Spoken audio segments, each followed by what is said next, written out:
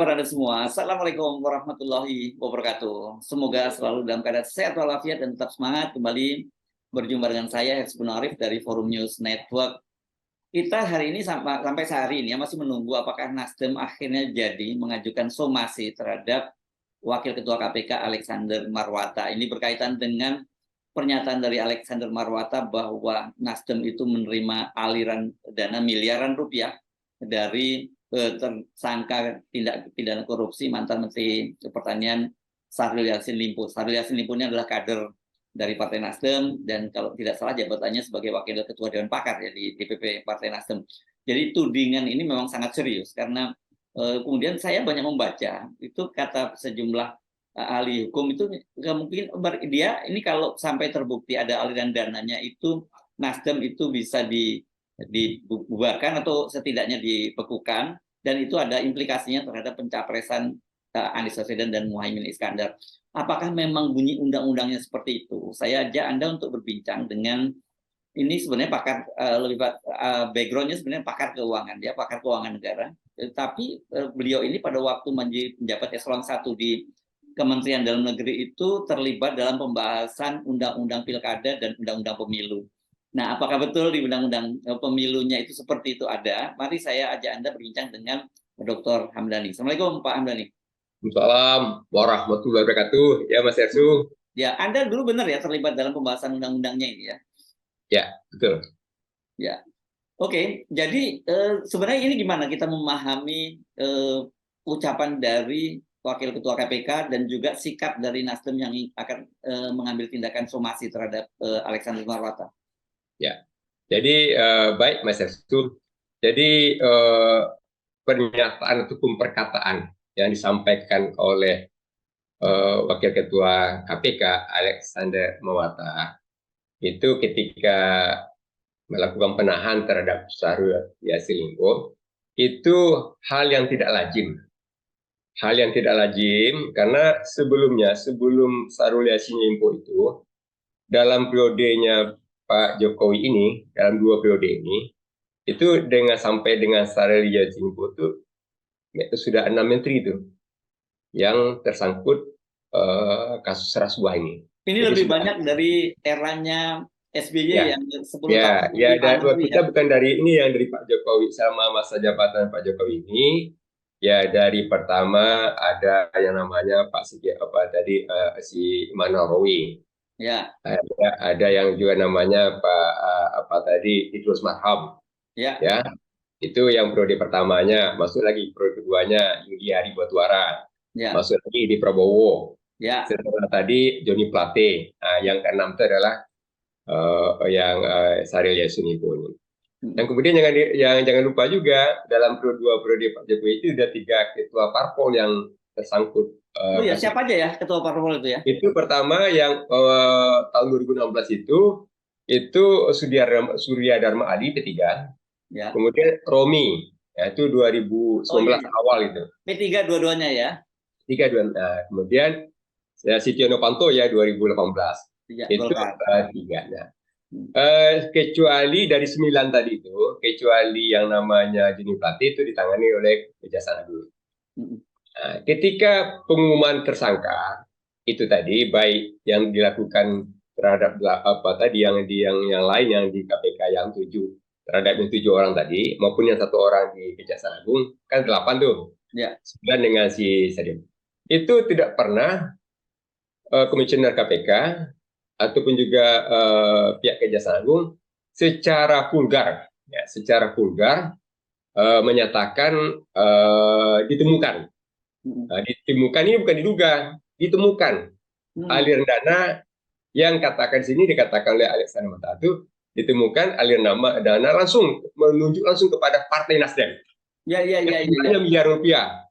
Itu betul-betul suatu yang dikatakan tudingan ataupun yang serius itu.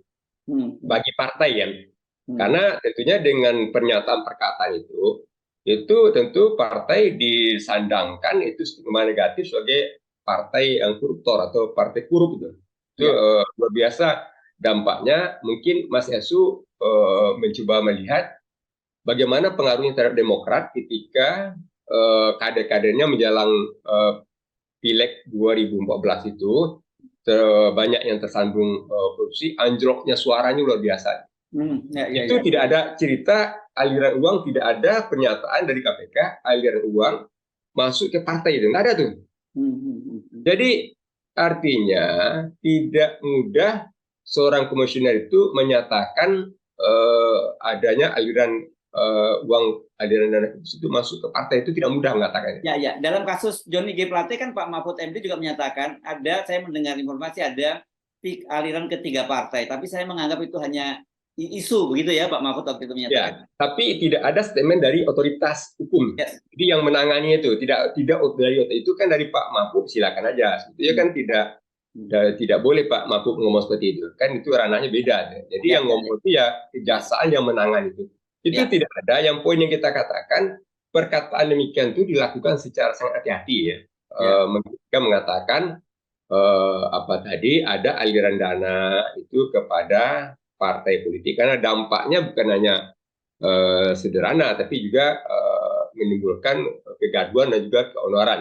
Itu yang poin kita tangkap. Nah, kemudian yang perlu lagi, seyogianya Komisioner KPK Pak Alexander Marwata itu paham bagaimana konstruksi hukum pidana korupsinya parpol itu.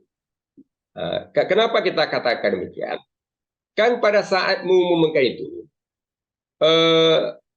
KPK tidak dalam posisi sedang menyidik ataupun dalam artian tidak dalam posisi menyidik ataupun juga yang berkaitan dengan pihak yang menerima, tapi adalah dalam rangka menetapkan tersangka Syahrul Yassin Limpo. Tidak ada kepentingannya diumbar informasi bahwa ada aliran dana. Kalau tidak ada diinformasikan itu tidak mengurangi tidak mengurangi KPK ya, kekuatan hukum KPK di dalam menahan ataupun menetapkan tersangka. Tanpa mengucapkan itu pun, yang namanya Syahrul Yassin Limpo itu bisa ditahan. Yang penting kan dia sudah ada bukti dia menerima. Jadi kalau yang idealnya tadi, yang beberapa saat disampaikan tadi bahwa dia dipakainya untuk mobil Alphard, disampainya untuk namanya kartu kredit, disampainya juga untuk perawatan wajah dan lain tadi, atau untuk kepentingan keluarga, silakan saja. Tapi kalau diberikan kepada pihak tertentu yang masih kami dalami, seperti itu. Jadi bahasanya tadi juga diberikan ke pihak tertentu yang masih kami dalami, posisinya masih kami dalami. Karena hal demikian, Mas Yarso, karena kalau kita mengatakan ditemukan, itu pasti jumlahnya nggak nyata. Nggak bisa kira-kira miliar itu banyak, bisa 1 miliar, bisa 10 miliar, bisa nggak bisa kata-kata itu dia banyak. Jadi sesungguhnya kita katakan kan tidak ada relevansinya antara pentersangkaan si Syahrul Limpo tadi dengan pernyataan adanya aliran ditemukan aliran dana tadi kepada partai politik. Sehingga sebetulnya untuk hal seperti ini, kalau apa yang dikatakan kalau benar umum Partai Nasdem mempertimbangkan, menurut saya bukan mempertimbangkan langsung somasi. Mempertimbangkan, mempertimbangkan itu ragu-ragu. Jadi kalau kita pada posisi benar, nggak usah ragu, langsung ajukan somasi. Karena itu berpotensi, itu sangat ada potensi akan dikena. Jadi nanti mengenakan aja Undang-Undang 1 2046 deh. Itu keonaran namanya. Karena kita tidak keonaran ya. Keonaran, karena kalau pencemaran nama baik kan personal. Ini kan tidak. Ini memberikan keonaran terhadap bagaimana lembaga demokrasi ini, partai politik tadi dibikin onar. Ya, dia sampai ke akar rumput. Itu bisa berpotensi diajukan dengan pasal itu, dengan apa tadi pasal 15 ya. Undang-Undang Nomor 1 tahun 1946 tadi tentang hukum pidana, yaitu pasal keonaran. Itu yang kita. Jadi kalau kita melihat bukti-bukti seperti itu sudah cukup karena dinyatakan secara di depan umum, di publik tidak ada kepentingan tidak ada kepentingan untuk ketersangkaan si Syahrul itu. Jadi Mas Yarso, biasanya kalau KPK ini kan satu step ya, jadi sudah menahan siapa yang menerima uang tadi. yang menurut tadi Sarul Yusufu dengan 2 orang pejabat sekjen dan juga direktur. Dah clear itu. Untuk berikutnya, dia melakukan pendalaman baru kepada penerima tadi karena pasal ikut serta menikmati uang haram itu bisa dikenakan pada penerima. Jadi itu bisa. Nah, itu nanti itu ada proses selanjutnya tidak dalam saat ketika dia mentersangkakan tadi. Jadi itu kekeliruan daripada KPK. Dan kita juga mencermati ketika orang bicara tuh motifnya ada. Nah, karena ini kaitan juga menjelang pendaftaran capres dan juga dalam menjelang kampanye, dugaan kemungkinan bahwa KPK bisa terseret kepada namanya hal yang bersifatnya ranah-ranah politik itu bisa saja kemungkinan itu terjadi ya.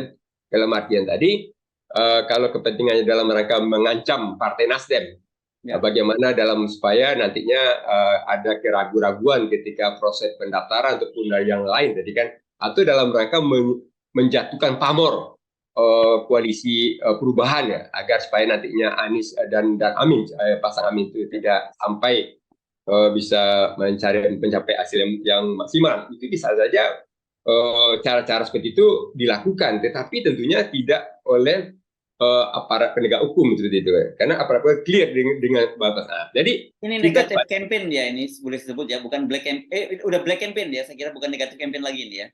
Ya, kalau saya sampaikan tadi, Mas Esu, ini kalau kita katakan kalau ini masa kampanye, ada aturan itu. Ya. Jadi aturannya itu masuk kategori kampanye hitam. Kampanye hitam. Masa kampanye. Jadi itu tadi karena tentunya merugikan peserta pemilu itu secara elektoral. Jadi tadi kan, jadi karena yang menyatakan itu kan institusi hukum tadi yang tadi. Nah, tentu harus bertanggung jawab ketika itu nah, kemudian gini saya katakan. Pertama, larangan tadi harus kita katakan ini kan banyak percakapan. Saya juga ikuti ya beberapa talkshow ataupun juga di itu ahli-ahli hukum itu banyak keliru juga. Kenapa? Oh, keliru ya, itu ya. Saya juga terserah aja karena kenapa saya mendalami Undang-Undang 2 2008 dan junto Undang-Undang 2 2011 karena saya ikut terlibat di dalam proses penyusunan Undang-Undang Pilkada dan Undang Pemilu, sehingga itu basicnya adalah Undang-Undang Parpol. Jadi di dalam Undang-Undang Parpol itu, Mas Asu, itu memang ada larangannya. Tetapi larang-larangan tadi itu yang berkaitan dengan masalah-masalah keuangan ya, masalah keuangan tadi itu ada memang ada larangan pertama berkaitan dengan kapan partai itu bisa dibukukan, kapan bisa dibubarkan. Jadi di dalam banyak pihak yang menyatakan ada bubar ada partai itu harus kita rujukan itu jangan asumsi, tapi ada regulasi. Jadi dalam regulasi itu diatur berkaitan dengan partai politik itu dalam Undang-Undang 2 tahun 2008, junto Undang-Undang 2 2011. Keduanya adalah perubahan ya. Jadi kedua Undang-Undang 2 2011 itu perubahan Undang-Undang partai politik ya. Tentang partai politik. Di sana ada aturan yang mengatur tentang larangan dan sanksi. Jadi kalau larang itu larangan itu dilanggar, maka ada sanksinya. Nah, sanksi yang berkaitan dengan pembukuan itu antara lain kalau partai itu menggunakan nama, lambang, dan tanda gambar yang sama ya, misalnya dengan bendera kita, atau dengan bendera negara asing, atau dengan organisasi separatis, atau organisasi terlarang, itu antara lain ya. Kemudian juga ada larangan yang bisa menyebabkan partai itu dibubarkan, yaitu melakukan kegiatan bertentangan dengan Undang-Undang Dasar, ya, kemudian melakukan kegiatan yang membahayakan kepentingan dan keuntungan negara. Itu partai tersebut, atau juga menganut dan mengembangkan ajaran Marxisme dan komunisme. Oke. Poin berikutnya lagi, yang dilarang yang berkaitan dengan keuangan itu diatur dalam pasal 40 ayat 3. Apa saja dan bagaimana sanksinya? Yang di pasal 40 ayat 3 tadi menerima dari pihak asing sumbangan. Itu sanksinya apa? Itu siapa pihak yang menerima itu pengurus partai ya, itu dikenakan hukuman 2 tahun maksimal ya, maksimal 2 tahun. Dan mengembalikan dana tadi 2 kali lipat daripada uang yang diterima. Jadi kalau dia terima tuh 10 miliar, dia mengembalikan 20 miliar. Okay. Kemudian kedua adalah menerima sumbangan yang tanpa jelas identitasnya. Nah, tanpa jelas identitasnya. Nah, kali itu kena juga sanksi, tapi maksimalnya 1 tahun. Biasanya kalau masih 1 tahun itu nggak sampai setahun, itu 6 bulan udah selesai. Nah, kemudian dendanya 2 kali. Yang berikutnya lagi adalah menerima sumbangan yang di atas jumlahnya. Kan diatur jumlahnya untuk personal 2,5 M, sedangkan yang untuk yang korporasi atau perusahaan atau badan 7,5 M. Di atas jumlah itu kena. Juga hukumannya itu pengurus yang menerima itu 1 tahun, kemudian 2 kali lipat daripada jumlah terima. Kemudian menerima sumbangan dari perusahaan BUMN ataupun juga badan usaha ya itu juga itu BUMN BUMD itu kena ya, itu sama hukumannya maksimal 1 tahun, kemudian dengan dikembalikan 2 kali. Ada juga menggunakan praksi. Nah, kalau menggunakan praksi itu hukumannya itu adalah diserahkan kepada majelis kepala partai. Nah, Maksudnya sumbangannya diserahkan ke fraksi gitu ya Pak ya? Ya, artinya mekanisme praksi lah, artinya sumbangan itu melalui praksi, jadi menerima dari praksi lah, praksi yang mengatur bagaimana sumbangan tadi diterima. Tadi kan itu tadi diserahkan kepada mahkamah partai yang mengaturnya, itu sanksinya, itu diserahkan. Jadi hanya itu yang terkait dengan keuangan ya, jadi keuangan partai. Jadi tidak ada yang sampai berimplikasi secara kelembagaan kepada partai politik. Oke. Sebentar. Sebentar. Jadi artinya, katakanlah gitu ya Pak. Katakanlah memang ada terbukti mengalir ke partai politik, itu tidak ada sanksi yang. Oh, tidak ada. Oh, apalagi kemudian sampai pembatalan pencapresan itu nggak ada. Oh, tidak ada. Jadi sekali lagi pembukaan partai tidak, pembubaran partai tidak. Jadi tidak ada sedikit pun partai itu kena tuh, nggak tersentuh tuh. Nah, kita kembali lagi. Itu kan katakanlah karena ini korupsi, ini kan lex spesialisnya untuk partai ya. Tapi kalau kita kembali ke undang-undang yang lain, yaitu Undang-Undang 31/19 ya, Undang-Undang 31/19 tentang tindak pidana korupsi yang diubah dengan Undang-Undang Nomor 20 tahun 2001 tentang tindak pidana korupsi, itu juga tidak mengatur berkaitan dengan pengenaan terhadap partai. Karena yang menjadi subjek dan penerima itu adalah perorangan. Jadi nggak ada tuh namanya kalaupun nantinya jadi posisi yang diapakan, kalaupun nanti karena aturan berkaitan dengan aliran dana korupsi itu tidak diatur di dalam undang-undang partai politik, KPK menggunakan undang-undang tipikor, yang tadi disebutkan tadi undang-undang tipikor, maka mekanisme yang terjadi itu sama saja dengan bagaimana mekanisme yang korupsi yang lain, bagaimana pengenaan pidana hukuman kepada pihak yang menerima, itu ikut aja aturan itu tadi. Sekali lagi tidak ada hubungannya kaitan dengan partai, karena pertanggungjawabnya personal tuh. Pertanggungjawabnya personal dari personal kader partai. Katakanlah Syahrul Yassin Limpo ini tadi ada mengalirkan kepada kepada kader, itu boleh kepada kader. Nah, kemudian harus diingat juga dalam keuangan partai itu dia resmi, dia jelas ya. Jadi yang dikatakan keuangan partai itu diterima melalui rekening partai oleh bendahara umum partai. Jadi kalau ternyata Syahrul Limpo itu ada mengalirkan uang kepada kader-kader dan yang lain, itu nggak ada hubungannya dengan partai, nggak ada keterkaitan dengan partai itu, di luar partai Nasdem itu. Itu tanggung jawab si orang tadi selaku personal, selaku subjek hukum. Dia tanggung jawab pribadi dia tuh. Nah, itu sampai ke situ. Manakala nantinya KPK menelusuri itu tadi. Tetapi kan tidak elok kalau dikatakan itu ditemukan penerimaan kepada partai, padahal ya mungkin saja yang menerima tadi itu adalah orang-orang partai. Tapi kalau orang-orang partai dalam aturan keuangan partai politik, kalau dana tadi tidak masuk melalui rekening resmi partai dan rekening atas nama partai dan oleh bendahara umum partai tadi, dia tidak memenuhi kriteria sebagai diterima oleh partai. Berarti di luar tanggung jawab partai untuk demikian. Disinilah yang uniknya undang-undang ini tuh. Tapi barangkali kita menyadari juga, Mas Yatsu, karena pembahasan undang-undang ini kan bersama dengan pihak DPR dan apa tadi. Karena pembahasan dengan pihak DPR itu apa tadi kan tentu dalam artinya ini Komisi 2 DPR, tentu kita memaklumi juga ya kalau ada yang bolong di dalam aturan undang-undang partai politik tadi, tidak ada aturan yang kepada rekening partai politik itu tidak bisa dikenakan sanksi sebagaimana diatur dalam undang-undang parpol.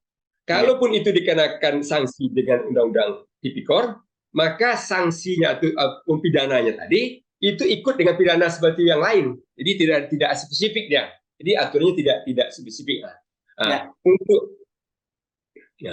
Jadi untuk hal demikian, Mas Yatsu, siogianya kalau kita berharap nanti adalah pertama adalah kaitan dengan pihak KPK itu yang paling bagus sekali adalah mengklarifikasi. Artinya sebelum adanya somasi tentu tidak baik juga, artinya terjadi kegaduhan di dalam penanganan perkara ini tadi. Pihak KPK mengklarifikasi aja bahwa kalaupun ternyata memang yang dilakukan itu termasuk adalah yang berlebihan, ya, perkataan ucapan berlebihan, itu diralat aja mungkin dengan permintaan maaf bahwa apa yang dinyatakan tadi dianggap tidak ada. Karena tentunya tidak ada, sekali lagi, relevansinya dengan pokok perkara. Jadi relevansinya dengan pokok perkara itu tidak ada. Ya, KPK tidak dalam sadang. Sekarang kalau kita katakan, kalau sekarang itu ditantang, dia lakukan somasi, KPK kesulitan, kelabakan. Kenapa? KPK nggak bisa rekening partai. Beda dengan rekening yang pasti pejabat negara. Kalau rekening pejabat negara, Mas Yatsu, itu di LHKPN itu, Pak, saya barangkali mengisi LHKPN itu sampai 10 kali, Mas Yatsu. Jadi mengupdate itu sampai 10 kali sama saya. Itu kita mencantumkan di dalam didaftar, ada satu lembar di atas materai, kita menyatakan KPK dapat membuka rekening kita. Itu di situ. Jadi KPK bisa membuka rekening kita berikan kuasa. Itu bisa. Tapi kalau partai kan tidak bisa seperti itu. Kenapa? Karena partai itu baru bisa dilakukan tindakan oleh KPK kalau dia subjek dan objek tipikor. Karena partai politik itu tidak merupakan baik subjek ataupun objek daripada tindak pidana korupsi, maka nggak bisa rekeningnya dibuka. Atas dasar apa? Kalau dikatakan situ ada pelaku perbuatan korupsi, undang-undang sendiri mengatakan tidak ada korupsi itu. Undang-undangnya sendiri menyatakan dia tidak sebagai namanya merupakan subjek atau objek petiding. Jadi sudah bisa dipastikan kalau saya sebagai bendahara umum Partai Nasdem, bukan kita mengompori atau memprovokasi ya, tidak akan tantangan atau yang pernyataan mereka somasi, jangan mempertimbangkan langsung menyatakan somasi. Ya. Jadi dengan menyatakan somasi tadi, sekarang kan mencari bukti si KPK. KPK kan nggak mungkin mencari bukti dan tidak dimungkinkan, tidak dibolehkan mencari bukti, datang menggeledah kantor partai, nggak bisa kan? Mana tuh aliran dana korupsi di rekening partai tadi? Kenapa? Karena dia nggak bisa dikatakan tersangkut korupsi, karena dari yang saya sampaikan tadi di Undang-Undang 2 tadi, itu partai itu steril. Persoalan bahwa aturan itu perlu disempurnakan itu persoalan lain lagi. Tetapi kondisi existingnya, jadi aturan yang legal standingnya sekarang tadi adalah partai itu jauh daripada yang dikatakan subjek dan objek daripada tindak pidana korupsi. Jadi sehingga kesulitan. Dan itu, Mas Yatsu, saya katakan ini kan yang berperkara di apa itu kan uangnya banyak, Mas Yatsu, di Kejaksaan Agung. Ya, banyak uangnya kan, dan posisinya Joni Plate itu kan sekjen partai. Ya. Nggak ada fakta persidangan, tidak ada fakta persidangan. Jadi dari awal memang ada Pak mengatakan Pak Mahfud ya, tapi kejaksaan tidak menyebut ya. Pak Mahfud menyebut. Tapi ternyata 4 bulan berjalan, ini udah 4 bulan nih persidangannya, nggak ada fakta persidangan yang menyebutkan ada uang mengalir ke Partai Nasdem. bayangkan. Ya padahal angka korupsinya itu kalau dibandingkan dengan Syahrul itu jauh lebih besar ya. Oh, jauh lebih besar. Cuma 13,9 miliar, di Ya, sini lebih besar. 8 triliun gitu ya, Ya, 8,3 ya, triliun. Ya. ya. Nah, dan posisi si Syahrul Yassin itu kan dewan pakar ya. Kan dia Ya. bukan pengurus Ya. intinya di Partai Nasdem. Ya. Sehingga kalau kita katakan yang berpeluang untuk memperbesar pundi-pundi Partai Nasdem itu justru malah Joni Plate. Pertama dalam posisi sekjen partai, orang keduanya, dan kedua korupsinya besar. Ya. Tetapi ini kan yang terjadi kan mengalir kepada pihak lain, bisa mengalir kepada pihak lain sampai jauh gitu kan. Tetapi nggak ada satupun fakta persidangan. Ini fakta persidangan kita bicara yang ada menyatakan, oh ternyata ada sekian miliar atau sekian juta yang sampai kepada Partai Nasdem. Itu saya kira apa yang dikatakan oleh si Ahmad Saroni itu layak dipercaya tuh. Karena layak dipercaya karena ada buktinya. Jadi walaupun menyatakan saya kalau katakan Mas Saroni mengatakan saya pastikan tidak ada dan sudah saya cek ke rekeningnya Partai Nasdem tidak ada aliran dana korupsi daripada si Joni Plate itu ke dalam rekening partai. Syahrul Yassin Limpo maksudnya. Ya. Syahrul Yassin Limpo bukan. Ya rekening Syahrul Yassin Limpo itu kepada rekening partai. Ada berkaca kepada kasus yang terjadi di apa tadi di namanya di partai pada kasus Joni Plate kan fakta persidangan tidak menemukan itu. Tidak ada bicara walaupun udah banyak aliran dana kemana-mana sampai ada ke BPK yang kemarin di Komisi 1 40 miliar itu kan ada tuh yang ditangkap orang karena ada malaikat itu ada. Tapi kenapa kok yang sekarang dia sebagai sekjen partai nggak ada sempat mengalirkan kepada partai? Nah, itu saya mempercayai apa yang dinyatakan, tapi yang poin yang kita katakan jangan berhenti di mempertimbangkan. Ini bukan lagi mempertimbangkan karena kalau mau bersihkan menjelang menjelang Pileg dan Pilpres ini mau membersihkan nama Partai Nasdem itu somasi itu harus ditempuh. Ya. Jadi sampai akhirnya Komisioner KPK menyatakan permohonan maaf dan mengatakan bahwa apa yang disampaikan tadi dianggap tidak ada atau tidak mengandung kebenaran. Itu baru betul. Itu yang tadi kan. Jangan aja itu tadi kan. Ya, ini konsekuensinya jadi sebenarnya kalau dari sisi Partai Nasdem tidak ada konsekuensi hukum, tapi lebih pada konsekuensi citra politiknya, begitu ya? Iya. Nama baik partai. Sementara dari sisi Pak Alexander Marwata itu ada potensi itu tindakan pidana ya, karena tadi itu ya pencemaran nama baik, dan juga membuat keonaran, begitu ya? Ya. Dan kita gini, Mas Hersu. Jadi yang begini yang kita katakan, kan rentetan peristiwa itu kan artinya kita begini. Dalam penanganan kasus yang ditangani oleh KPK tadi, ini kan tidak bisa kita lepaskan bahwa terseret-seret karena politik itu kan kelihatan walaupun kita katakan nggak bisa buktikan, tapi bisa terapa dari kasusnya. Kita katakan kasusnya siapa, yang dari namanya yang Pak Caimin. Ada yang satu hal yang lucu, kenapa terseret dalam beberapa itu, ada yang tidak disentuh sama sekali. Contohnya Mas Yesu mesti ingat, itu kan ada penggeledahan DPRD DKI. DPRD DKI itu digeledah dan sudah menyatakan sudah menemukan tersangka. Itu Januari 2023 menyatakan tersangka, sudah juga memanggil ketua DPRD DKI dan juga ada anggota fraksi dari satu partai lah yang kita katakan satu partai. Tetapi barangkali mungkin saja ini perkiraan juga saya ya, karena nggak ada terkait dengan Anies, itu nggak ada terkait walaupun itu namanya pengadaan tanah di Bantar Gebang ya, Bantar Gebang itu kan sampai sekarang nggak jelas seperti menguap aja. Padahal itu sudah proses penggeledahan. Yang harus kita pahami dengan Undang-Undang 19 tahun 2019 ini, Mas Edo, penggeledahan itu sudah melewati penetapan tersangka. Karena penetapan tersangka dulu, proses penyidikan itu, kalau di KPK ini, proses penyidikan itu sudah sekaligus dengan penetapan tersangka. Dia nggak dipisah deh. Itu bedanya mungkin dengan kepolisian, kayak seperti yang terjadi di kasus Polda Metro ya. Jadi kalau di kasus penanganan perkara korupsi pengadaan lahan Bantar Gebang tadi, itu tahapan penggeledahan itu melewati tahap setelah dilakukan setelah tahap penyidikan. Proses penyidikan itu sudah dilakukan di Januari itu 2023. Artinya sudah ada penetapan tersangka. Tetapi KPK akan berdalih pengumuman itu nanti itu bersamaan dengan penahanan.